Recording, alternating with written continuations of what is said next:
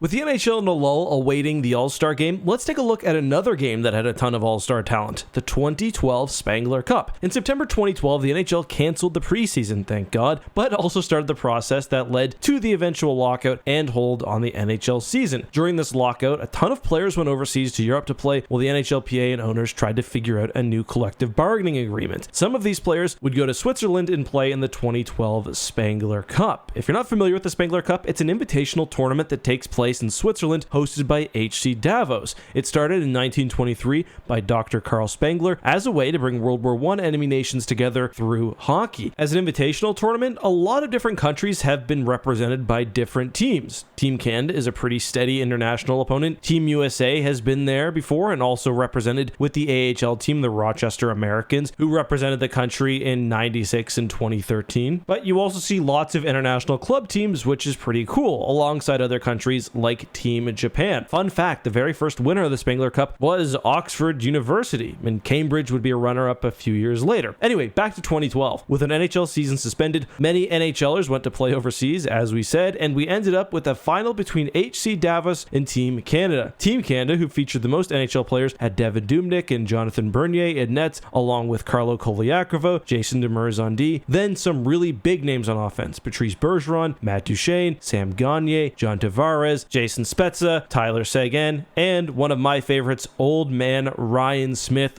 king of the greasy goals. They played HC Davos, who only had Reto Berra in nets and Rafael Diaz for NHL players on their back end. However, their top three players outshined anyone on Team Canada, with Joe Thornton, Rick Nash, and Patrick Kane. They also had Louis Eriksson and Damian Brunner. These were all players who were playing on the HC Davos club team. The final would start off quick with a Patrice Bergeron goal 40 seconds into the game, but we then got a goal from, one of my fellow Nova Scotians, Derek Walsher, at 3 minutes, and Ryan Smith at 9 minutes, giving Canada a 3-0 lead. Davos would come back before the period was out to make it 3-1, but it wouldn't get any closer than that. 2 goals from Johnny T, 1 from Spezza, and 1 from my boy Ryan Smith would make it 7-1, with an eventual 7-2 victory for Team Canada. Other notable players in the tournament were Jason Pominville, Brent Sopel, Luka Sabisa, Dennis Seidenberg, Nick Bonino, Roman Polak, a 17-year-old Nathan Walker, Patrick Hordquist, Maxine Talbot, and Corey Schneider. Is it fun? The NHL almost had a lockout? Of course not, but it's really cool to see players that you already know playing with other players and on a completely different stage. Good news though, we don't have to worry about another lockout, at least right away, as there's still 3.5 years left on the current CBA, which takes us through 2025-26. Negotiations in a post-COVID world at that point will probably be interesting. I think it's going to be in everyone's best interest not to stop play, so hopefully we don't see another situation like this, as cool as it was. I will note, I've heard a lot about the Spengler Cup specifically, that it's really fun to play in and that the players really look forward to taking their family. But that's all for today's Hockey Heritage Moment. Let us know if this kind of video is something you're interested in, and maybe we'll do more. But again, let us know your thoughts. Also, will you be tuning into the NHL All-Star Game and any of the festivities? Let us know that also in the comments.